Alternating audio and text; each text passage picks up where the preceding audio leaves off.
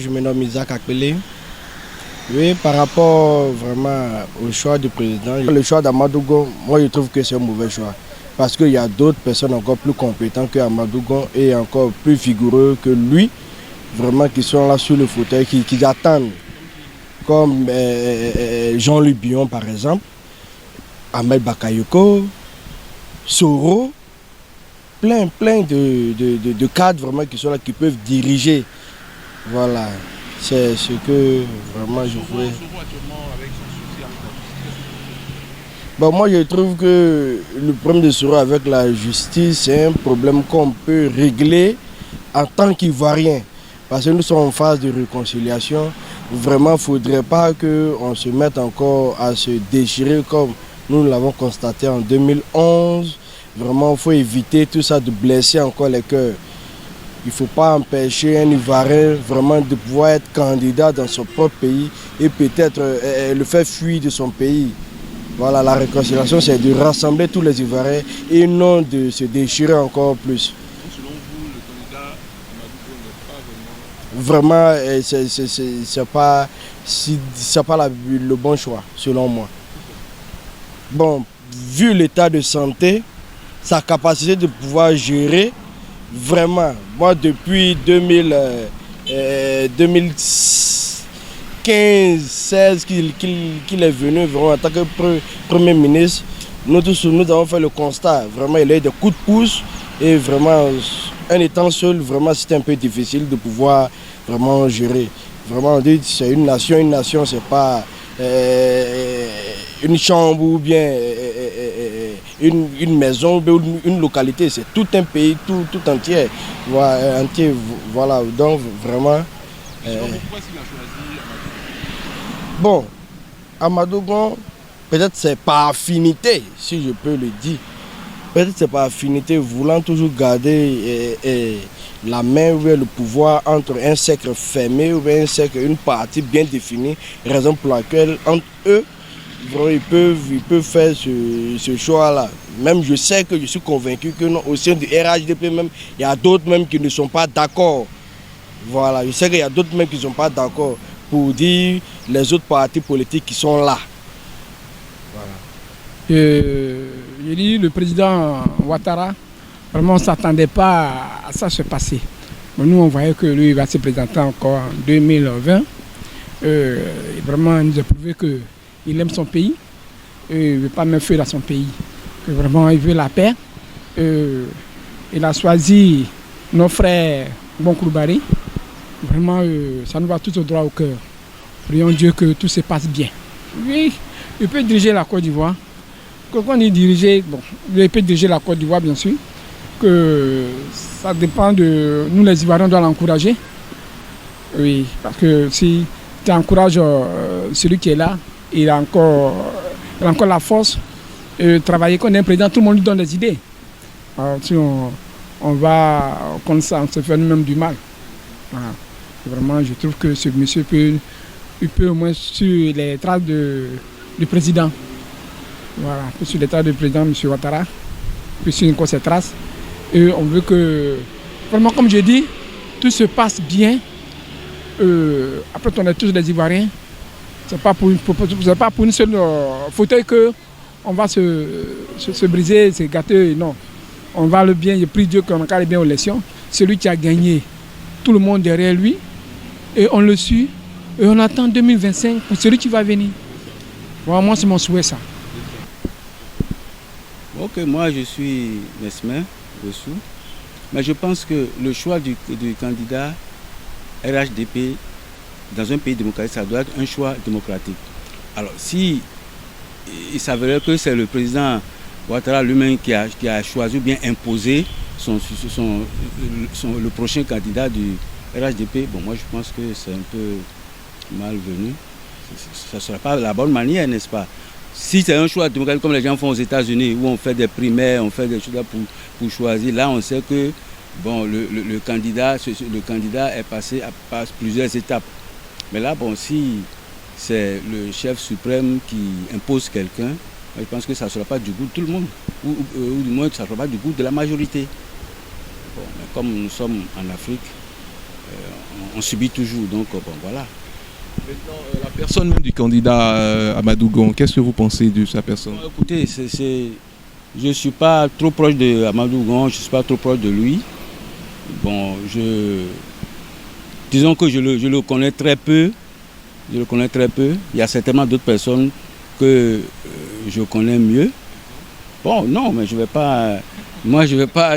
Non, moi, ce n'est pas mon opinion qui passe. Mais de toute façon, je ne le connais pas trop. Bon, voilà, c'est là la question. Parce que je pense que... Bon, moi, c'est mon avis. Hein. Peut-être que c'est une force tranquille. Je le vois toujours, il est tranquille. Bon, il ne bouge pas trop. Mais peut-être qu'il a ses compétences. Je ne sais pas. Sinon, il y a des gens qui sont plus vifs. Mais ce n'est pas ceux-là. Non, Ahmed Bakayoko, est-ce que Soro n'est plus du groupe, de RHDP? Tu aurais dû me demander Ahmed Bakayoko. Bon, Ahmed Bakayoko, oui, ça doit être... c'est un dur à cuire. Bon, mais est-ce qu'il fait l'unanimité? De par aussi sa jeunesse, je pense que il y a beaucoup de barrières, il y a beaucoup qui sont devant lui, quoi. Bon, voilà. Sinon, bon, c'est quelqu'un aussi de charismatique qui peut faire chose par rapport au Premier ministre, par exemple, celui qu'on prend actuellement, qui est toujours, bon, je ne sais pas, peut-être que c'est une force tranquille aussi, le Premier ministre. Voilà. Il y aura le soutien du président? Oui, bien sûr, il y aura le soutien du président, je suis d'accord. Et puis, de quelques barons du RHDP, j'ai lu dans les journaux la dernière fois où Ahmed Bakayoko a dit qu'après Alassane, que c'est Gon. Pour lui, c'est non. Bon, voilà. Marc Bossé. Bon, moi, le choix, à mon avis, moi, c'est pas. Bon, le choix ne m'intéresse pas. Moi, mon camp, je m'occupe de mon camp. Mon camp, tout le monde le connaît. Moi, c'est le SPI de celui que vous connaissez. Vous choisissez de dire, bon, voilà, le candidat du RHDP, ça ne vous intéresse pas. Bon, moi, ça ne m'intéresse pas. Mais il y a les élections qui arrivent. Selon vous, le fait qu'il décide de se retirer de la cause, c'est une bonne chose ou pas? Bon, moi, à mon avis, à mon humble avis, c'est une bonne chose. Parce que le troisième mandat, son troisième mandat n'était pas le bienvenu pour toute la Côte d'Ivoire. Voilà. Bon. Ça aide à la paix. Bon, ça aide aussi à la paix. Ça aide beaucoup à la paix. Le fait de ne pas se présenter même là, c'est un soulagement pour la Côte d'Ivoire. Avec le départ du président, ils sont déjà battus d'avance. Voilà. Avec une élection, comment on appelle ça, transparente, sincère, ils sont déjà battus d'avance. Je ne sais pas si vous voyez. Les forces, c'était le président de comment on appelle ça, Alassane Ouattara, le président Alassane Ouattara. Moi, c'est M. Kouadio Bonnet. Je suis à Abidjan. Bon, sincèrement, je me dis que M. Alassane n'aurait pas dû choisir lui-même un candidat pour le succéder à partir du moment où c'est un groupe de partis. Donc il était bienveillant qu'il ait une décision des élections au sein du RHDP pour choisir un candidat. Et ça ne sert pas à lui de choisir un candidat. Voilà. La personne du candidat, selon vous, est-ce que M. Gon est assez représentatif pour pouvoir gouverner la Côte d'Ivoire, selon vous?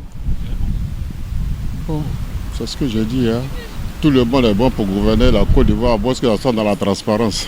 Voilà, sinon, bon. Si c'est le choix qui a été fait, c'est fait quoi. Sinon, vraiment, moi je ne suis pas pour. Voilà.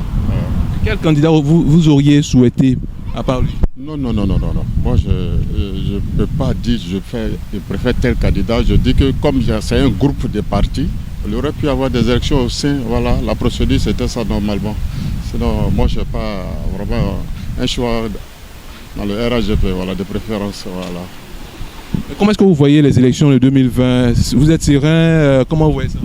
Oh, oui, c'est vrai que les gens nous font peur un peu par les agissements de tel parti. Bon, on espère que par la Dieu sera là-dessus et puis tout va se passer dans la tranquillité, la paix, quoi. On n'a pas envie de revivre encore d'autres horreurs, quoi. Candidat Soro. Bon, Soro, c'est un Ivoirien comme tout autre. Il a le droit de se présenter. Bon, je ne sais pas pourquoi. On dit qu'il ne faudrait pas qu'il rentre au pays.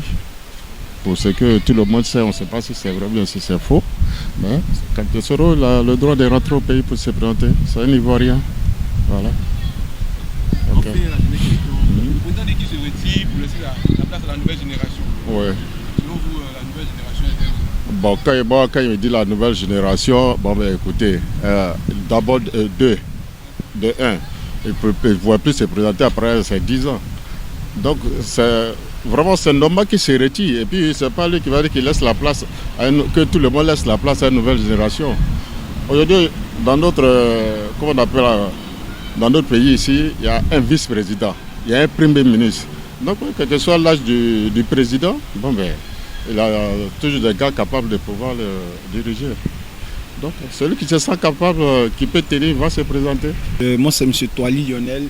Je trouve que d'abord la solution est bonne parce que d'abord le Premier ministre Amadou Gon Coulibaly, c'est quelqu'un qui connaît le pouvoir, c'est quelqu'un qui connaît la politique.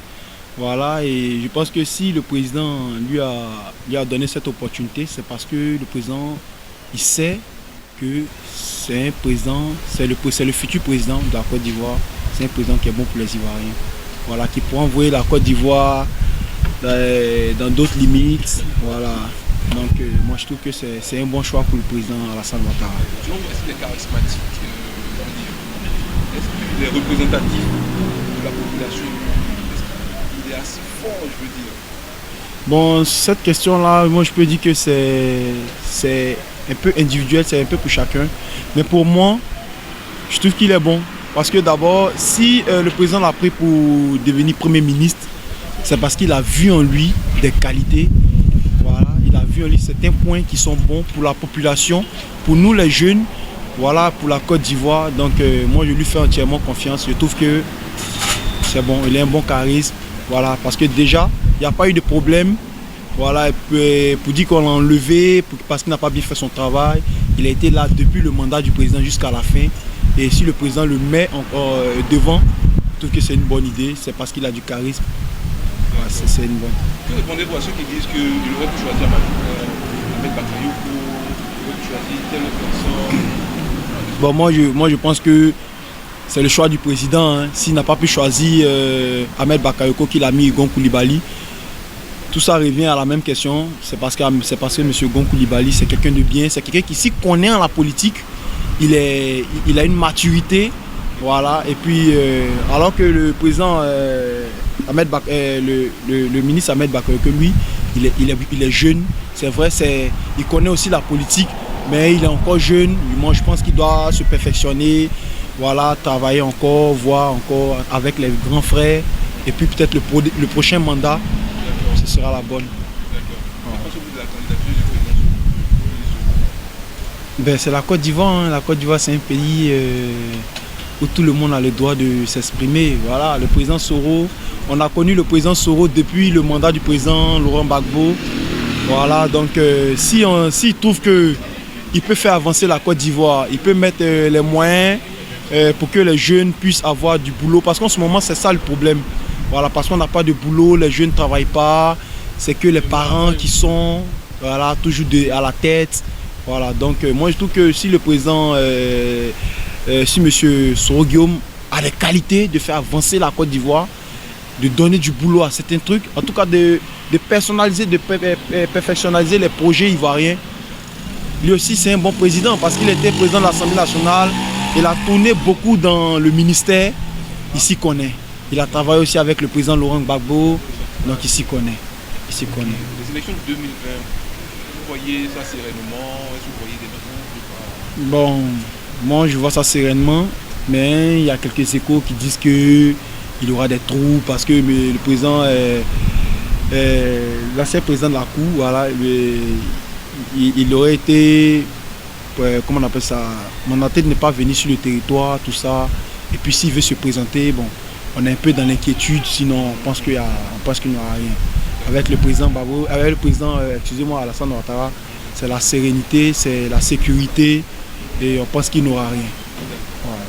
Pour terminer, il y a quelqu'un qui disait tout à l'heure que le retrait du président Alassane fragilise le RHD. Ouais, parce que c'est une tête. C'est une tête, c'est une icône. Voilà, aujourd'hui, quand on parle de RHDP, c'est à cause du président Alassane. Donc, s'il décide de s'éloigner, ça peut affaiblir un peu, mais comme on le disait, s'il passe le flambeau à Maître Gon Coulibaly, je pense que il n'aura pas grand truc. Il pourra combler le vide. Il peut rassembler les Ivoiriens. Il peut le faire maintenant. Il peut le faire maintenant ou bien attendre le premier jour de son mandat. Mais en tout cas, il peut rassembler les Ivoiriens. En fait, c'est ce que je pense, quoi. Voilà. Répondez-vous à ceux qui disent que le président n'est pas passé par une élection avant de choisir le président, le candidat. Ça aussi, il y a une polémique dessus. Je n'ai pas trop suivi comment ça s'est passé. C'est sur les réseaux sociaux que j'ai appris ça. Mais on peut dire que, chacun a sa manière de choisir son candidat. D'autres vont le faire par élection, d'autres vont par les nominations. Un choix qui a été fait depuis longtemps, nous on avait déjà écouté de ça. Et ça a été confirmé. Donc du coup, on n'y peut rien. C'est entre eux, mais nous tout ce qu'on veut, c'est un bon président qui pourra gérer la Côte d'Ivoire sans discrimination, sans palabre, sans prise de tête. Voilà. Okay. L'opposition, qu'est-ce que vous pensez de l'opposition? Côté opposition, je pense qu'il y a un problème. Parce que beaucoup ne sont pas présents en Côte d'Ivoire. Beaucoup. D'autres sont en exil, d'autres sont en prison. C'est compliqué. C'est compliqué. Donc, c'est que moi, j'aimerais, concernant l'opposition, j'aimerais vraiment qu'ils reviennent. C'est ce que je pense, qu'ils reviennent. On les fait revenir, on les fait asseoir sur une table ronde. Autour d'une table ronde, on parle de politique, de réconciliation et de paix. On veut arriver dans les élections vraiment... on veut oublier ce qui s'est passé en 2002, ce qui s'est passé en 2011. On veut oublier tout ça. Vraiment, c'est ce que je pense. Faites revenir les opposants, parler de paix avec eux, de réconciliation, et je pense que le pays se portera mieux. Le président dit passer le flambeau à la nouvelle génération.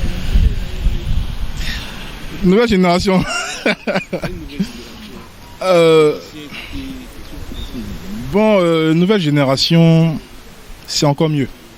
Parce qu'effectivement, toutes ces personnalités qu'on a connues depuis le décès du père à la nation, Feu Félix Houphouët-Boigny, ils sont encore là.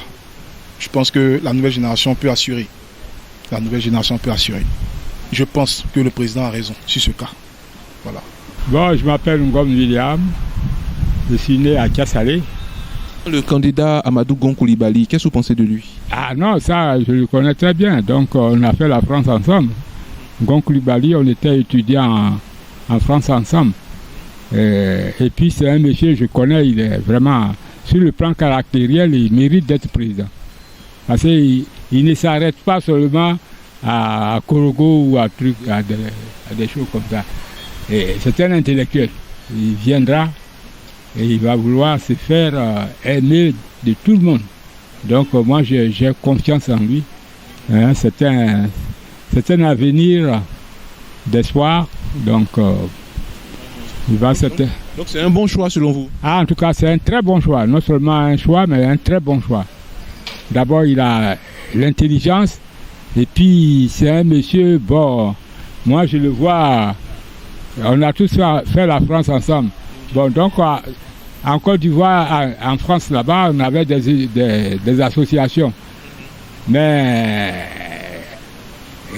bon, on voit que lui, il s'intéresse à tout le monde. Bon, il n'y a pas seulement les gens de Korogo. D'accord. Est-ce qu'il est charismatique selon vous? Ah oui, mais c'est un monsieur quand même, il a été major en France. Hein. Il s'est classé devant les petits blancs. Non, ça sont des gens.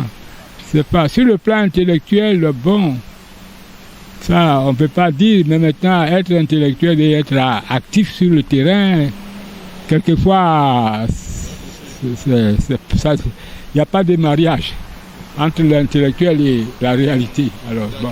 Maintenant, que pensez-vous de l'opposition? Oh, moi je ne vois pas quelle opposition. Bon, nous sommes tous pareils. On va prendre l'opposition, il viendra, il va essayer de faire plaisir à la population. Donc, je ne doute de rien.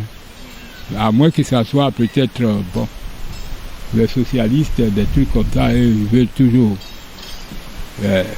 faire croire aux gens qu'ils peuvent créer la, comment dirais-je, le paradis sur la terre. Mais bon, tout le monde a... Qui peut faire mieux que Houphouët-Boigny? C'est lui qui a tout fait. Ben, il y a tout. Dans ce que quelqu'un a fait, il y aura toujours du Houphouët-Boigny. C'est ça l'Ivoirien. Hein? Voilà. Donc, moi, je pense qu'il nous faut un deuxième Houphouët-Boigny. Ça, vraiment, c'est ce que je pense. Wow. Mais, Où le trouver? Ben, où le trouver? On peut le trouver quand même. Il y a le parti, le PDCI qui est là quand même. Donc, on ne peut pas dire qu'il n'y a pas un Houphouët-Boigny. C'est pas, je ne veux pas dire qu'il y a eu un Houphouët-Boigny dès le départ. Mais à force d'être avec Houphouët-Boigny, lui aussi est devenu un genre de Houphouët-Boigny.